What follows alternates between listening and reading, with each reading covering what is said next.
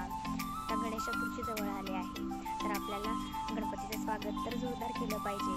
त्यासाठी आज मी गणपतीचं डेकोरेशनचं सामान घेण्यासाठी मी तुळशीबाग आणि रविवार पेठेत चाललेली आहे. त्या डोक्यात काही आयडिया आहेत, चला तर मग बघूया कसं कसं वर्कआउट होतंय ते. आणि मी जसं ठरवले त्याचं सामान जसं मिळते का काही चेंजेस करावे लागतात ते. आणि हो, सगळ्यात महत्त्वाचं, मी बाहेर पडताना कायम सनस्क्रीन आणि सनकोट हा घालतेच आणि गॉगल देखील माझ्याकडे असतोच. सो तुम्ही पण काळजी घ्या.